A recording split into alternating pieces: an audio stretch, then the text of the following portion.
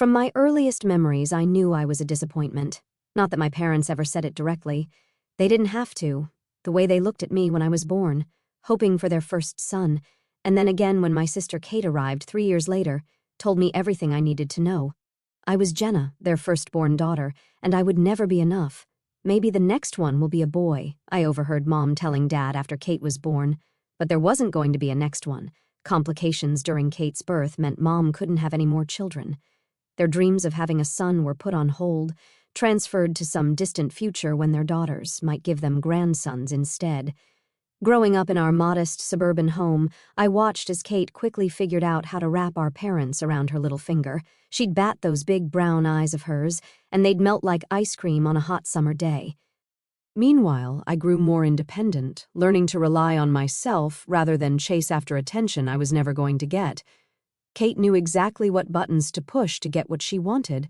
I had everything I needed: clothes, food, shelter, education, but emotional warmth was always in short supply, at least for me. Over time, I learned to accept it, to build my own internal fortress of self-reliance. "I'm going to study economics," I announced at dinner during my senior year of high school. Mom and Dad exchanged looks across the table. "Are you sure, honey?" Mom asked, her fork pausing halfway to her mouth. "That's such a technical field." Dad nodded in agreement. "What about something more suitable for a young lady? Teaching, maybe, or nursing?" I stood my ground. I've already been accepted to State University. My grades are good enough for a partial scholarship. "Well," Mom sighed, "I suppose it's your choice." The disappointment in her voice was familiar by now, almost comforting in its predictability. Kate, who was still in high school, smirked from across the table. "I'm thinking of studying psychology," she announced, and our parents immediately brightened. "That's wonderful, sweetheart," Mom exclaimed. "You've always been so good with people." I pushed my peas around my plate, letting their voices wash over me like background noise. I'd learned long ago that fighting for their approval was a losing battle. Instead, I focused on my future, on the independence that college would bring. I met James during my sophomore year at State University. He was a senior in the economics department, and we literally bumped into each other in the library's financial section. I dropped my statistics textbook, he picked it up, and that's how our story began. "You're in Professor Martinez's macro class, right?" he asked, handing me back my book. "I've seen you asking all the smart questions." I blushed, not used to anyone noticing me in a positive way. "Yeah, that's me, the annoying one who keeps the class running late." "Not annoying at all," he smiled. "Actually, I was wondering if you'd like to grab coffee sometime. I could tell you about the upper-level courses you'll be taking next year." That coffee date turned into dinner, which turned into movie nights, which turned into us being inseparable. For the first time in my life, I felt truly seen and appreciated. James didn't compare me to anyone else. He just liked me for who I was. After he graduated, James took a job at Anderson Consulting while I finished my degree. He waited for me, and the moment I graduated, we decided to move in together. We found a small apartment downtown. Nothing fancy, but it was ours. "Mom, Dad, this is James," I said during his first visit to my parents' house. The change in their attitude was immediate and shocking. "Oh, James!" Mom practically squealed. "We're so happy to finally meet you. Will you be joining us for Thanksgiving? Christmas? Both?" Dad clapped him on the shoulder. "Son, we've heard so much about you. Tell me about your job." "Jenna says you're in finance." The word son caught my attention. Of course, they were finally getting the son they'd always wanted, even if it was through marriage. I watched as they fawned over James, asking him about his plans for the future and when he thought he might want to settle down. Kate, who was living at home after graduating and still hadn't found a serious boyfriend, sat in the corner during these family gatherings, shooting daggers at us with her eyes. For once, I was the sister who had something she wanted, and she couldn't stand it. After a year of living together, during a quiet dinner at home, James got down on one knee and proposed. I said yes immediately, and we decided on a small, intimate wedding despite my parents' protests about wanting something more elaborate. "It's your big day," Mom argued. "Don't you want something more special?" "This is special," I insisted. "It's exactly what we want." The ceremony was perfect, just close friends and family in a small garden venue. James and I exchanged vows, had a lovely dinner reception, and went back to our apartment as husband and wife. It felt right, starting our married life in the same place where we'd begun building our life together. The questions started almost immediately after the honeymoon. "So, when can we expect some good news?" Mom would ask, her eyes gleaming with barely concealed desperation for a grandson. "We're saving for a house first," I'd explain again and again. "We want to be financially stable before starting a family." Dad would shake his head disapprovingly. "Your mother and I didn't have much when we started out, and we managed just fine." Every family dinner became an update on their friends' growing families. "Did you hear the Hendersons just became grandparents again? Another boy? Or the Smiths' daughter just announced she's pregnant, and she's younger than you, Jenna." Finally, after 2 years of saving, James and I bought our first house.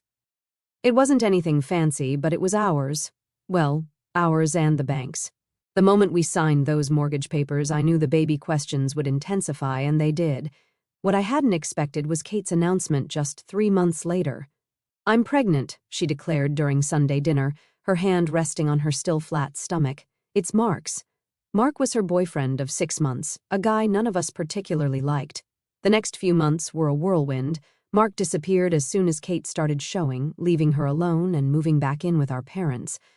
But instead of this being a scandal or shame, my parents transformed their house into a shrine to their upcoming grandchild. When little Emily was born, you'd have thought she was royalty.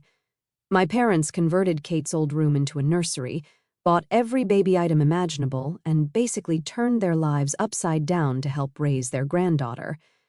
"Isn't she perfect?" Mom would coo, rocking Emily during our visits. "Don't you just want one of your own, Jenna?" What hurt more than my parents' constant pressure was watching James with Emily. He'd get down on the floor to play with her, make silly faces, and spend hours entertaining her with stuffed animals and children's books. "James is such a natural with children," Mom would say pointedly. "He's going to make such a wonderful father."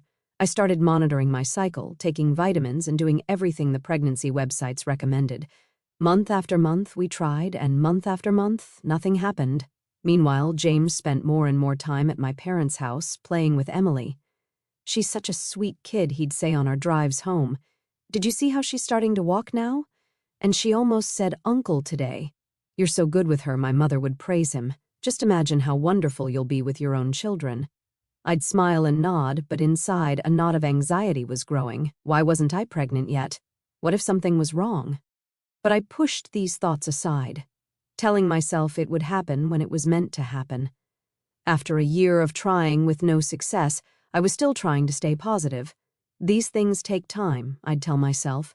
But when Mom found out we'd been actively trying for a year, she went into full panic mode.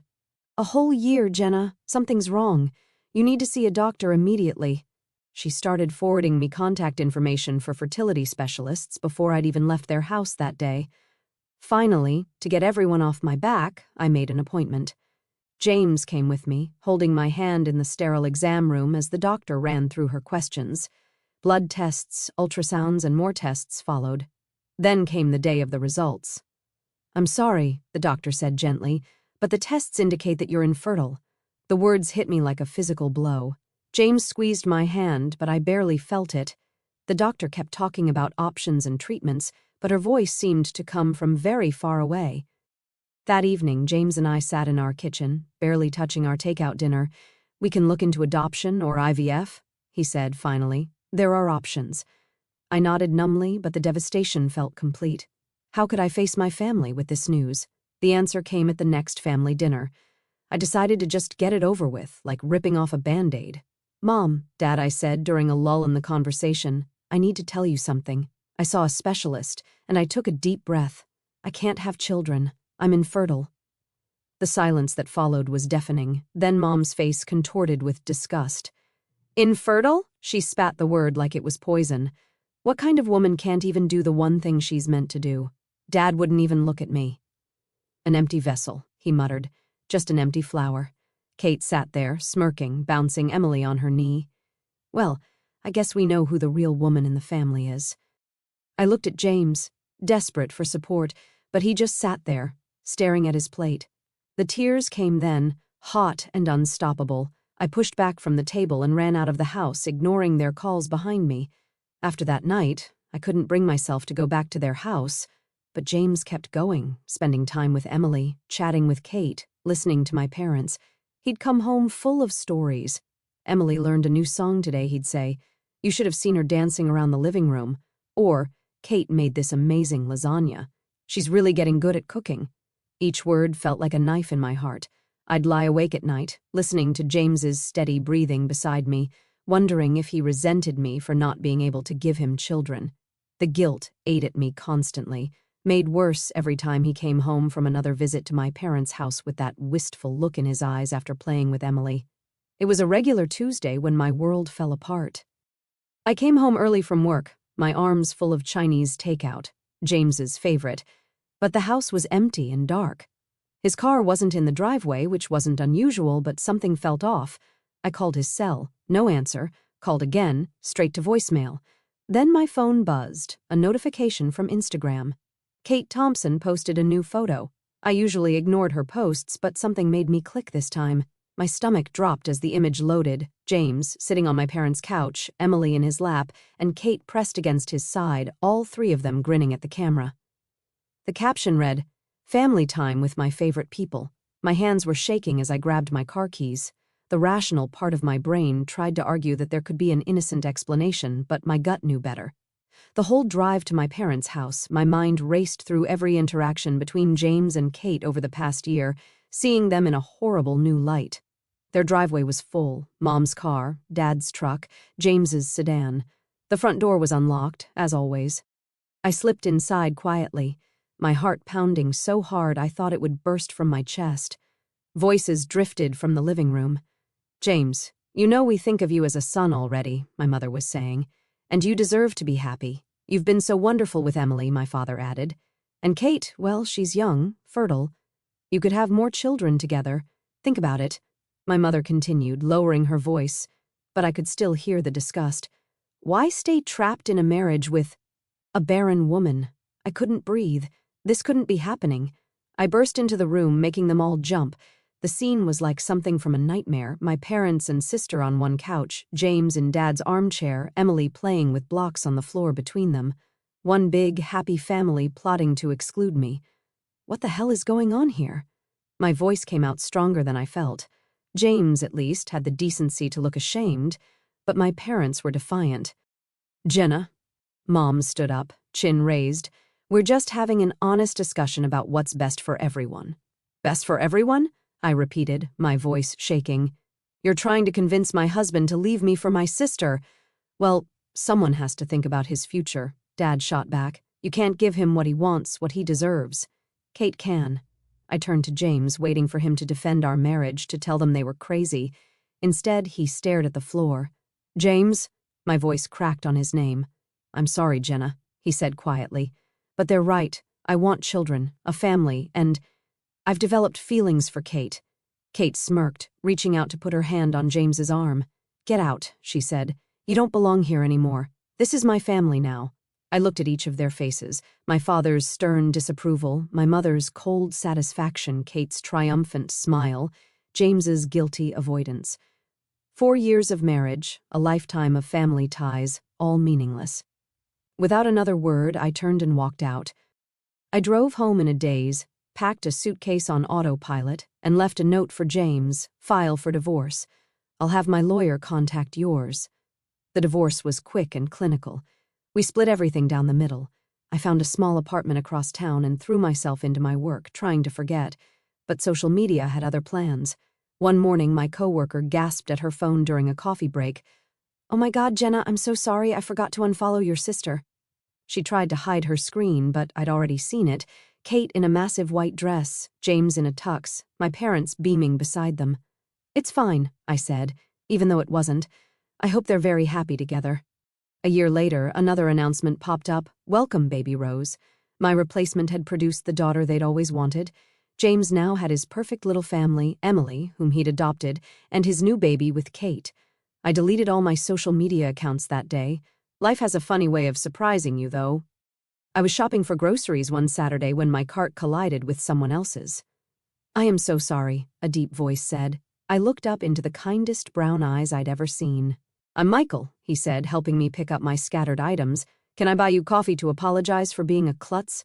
One coffee turned into dinner, dinner into dating, and suddenly I was falling in love again.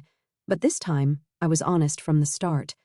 I need to tell you something, I said one night, 6 months into our relationship. I can't have children. I'm infertile. Michael took my hands in his. Jenna, I love you. If we want kids someday, we'll adopt. Or we won't. I just want you. We got married in a small ceremony at the courthouse, just us and a few close friends. No family drama, no expensive dress, no expectations, just love. A year into our marriage, I started feeling strange, nauseous in the mornings, dizzy at odd times. Michael insisted I see a doctor. Mrs. Chen, the doctor said, looking at my test results. Congratulations, you're pregnant. I stared at her. That's impossible. I'm infertile. I have the tests to prove it. She smiled gently. The human body is mysterious. Sometimes, despite all odds, pregnancy occurs, even in cases of diagnosed infertility. It's rare, but it happens. Michael and I cried together that night, tears of joy, of disbelief, of hope. I didn't tell my family. They'd lost the right to share in my happiness. 9 months later, I held my son in my arms, 7 pounds, 6 ounces of perfect, beautiful boy. Michael and I named him Alexander, defender of mankind. Looking at his tiny face, I felt nothing but pure love. No bitterness, no regret, no anger. Life had settled into a beautiful rhythm. Alexander was 2, Michael was the perfect father, and I had everything I'd ever wanted. We rarely ate out, preferring quiet family dinners at home, but that night, Michael had gotten a promotion, so we decided to celebrate at L'Amour, an upscale French restaurant downtown. That's when I saw them. At first, I thought I was imagining things, but no. There was Kate, my sister, locked in an intimate embrace with a man who definitely wasn't James. They were tucked away in a corner booth, but not well enough hidden. She was running her fingers through his hair, kissing him deeply, completely oblivious to the world around them. My hand shook as I pulled out my phone and discreetly took several photos. The lighting was dim, but the pictures were clear enough. There was no mistaking what was happening. Jenna. Michael touched my arm. Are you okay? You've gone pale. I showed him the photos. That's Kate with someone who isn't her husband. Michael's jaw tightened. He knew our whole history, knew what Kate and James had done to me. Are you going to send those to him? My finger hovered over the send button. It would be so easy, one click, and I could blow up their perfect little family, just like they'd blown up mine. But no, I'm better than them, I said finally, saving the photos to a secure folder instead. A year passed. Alexander was growing into a brilliant, beautiful little boy with Michael's kind eyes and my stubborn chin. We were visiting a friend who lived in my old neighborhood, something I rarely did, and decided to take advantage of the nice weather by walking to a nearby park. That's when it happened, just our luck. As we rounded the corner by the local supermarket, there they were. Mom, Dad, Kate, and James, loading groceries into their car. They saw us at the same moment we saw them. Their initial reaction was to turn away, noses in the air, pretending we were strangers. But then their eyes fell on Alexander, who was holding my hand and chattering away about the toy truck he'd brought to play with at the park. Mom stopped dead in her tracks. Who is this? I could have ignored them, probably should have, but something made me stop. This is my son, Alexander, I said, my voice steady and calm. Kate let out a harsh laugh. Oh, please. We all know you can't have children. Which agency did you adopt him from? I looked her straight in the eye, enjoying the moment. I gave birth to him 3 years ago. No adoption agency involved. That's impossible, Mom sputtered. The doctor said. The doctors were wrong, I cut her off. It happens sometimes. Rare, but it happens. And here's the proof. I gestured to Alexander, who was watching the strangers curiously. Dad's eyes went wide. A grandson. We have a grandson. They moved toward us then, Mom's arms outstretched like she had every right in the world to embrace my child. I stepped in front of Alexander protectively. No, I said firmly. You don't get to do this. You don't get to throw me away like garbage and then claim my son as your grandson. You lost that privilege when you betrayed me. Kate's face had turned an ugly shade of red as she watched our parents' attention focus on my son. She'd always been the favorite after I was cast aside, and she couldn't stand seeing that shift. Oh, get over yourself, Jenna, she spat. So you managed to pop out one kid. Big deal. I still won in the end. I got your husband. I gave him a real family, 2 beautiful daughters. Face it, I'm still better than you'll ever be. My hand was already on my phone before she finished her rant. Speaking of family, Kate, why don't you tell everyone about your extracurricular activities? What are you talking about? James asked, his eyes narrowing. I pulled up the photos from the restaurant and held out my phone. Here's your loving wife having dinner with someone else. Though, I have to say, Kate, most people don't eat their dinner companion's face. The color drained from Kate's face as James snatched the phone from my hand. Mom and Dad crowded around to look, their mouths falling open in shock. Who is he? James demanded, his voice shaking with rage. Kate stammered, He's just a friend from work. Friends don't kiss like that, I observed coolly. And they certainly don't meet in dark corners of expensive restaurants while their spouses are at home with the kids. Kate, how could you? Mom gasped. After everything.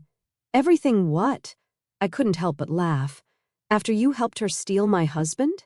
After you threw me away because you thought I couldn't have children? Karma's quite something, isn't it? James and Kate were now screaming at each other right there in the parking lot. Come on, sweetie, I said to Alexander, taking his hand. Time to go home. We left them to their chaos, my son chattering happily about the park we were heading to, completely oblivious to the nuclear explosion we'd just walked away from. A month later, the community grapevine brought me the rest of the story. James, suspicious after discovering Kate's affair, had gotten himself tested. It turned out he was the one who was infertile, had been all along, which meant baby Rose, the daughter Kate claimed was his, couldn't possibly be. He left her immediately, refusing to pay support for either Rose or Emily. Kate moved back in with our parents, her perfect life in shambles. They all tried reaching out to me after that, calls, emails, even showing up at our house unannounced. Please, Jenna, Mom begged through the door, we made a terrible mistake. Let us be part of Alexander's life. He's our only grandson. You should have thought about that before you called me an empty vessel, I replied calmly. Actions have consequences. Michael supported my decision completely. Family isn't about DNA, he said one night as we watched Alexander playing with his blocks. It's about love, respect, and loyalty. They showed you none of those things. He was right, of course, looking at my little family now. My wonderful husband who loved me regardless of whether I could have children. My miracle son who proved all the doctors wrong. Our home filled with laughter and joy. I knew I had everything I needed. Sometimes the family you're born into isn't the family you're meant to have. Sometimes you have to build your own with people who choose you back. I chose Michael, and he chose me. We chose Alexander, and he chose us right back with his first smile, his first word, his first steps. That's what real family means, and I wouldn't have it any other way.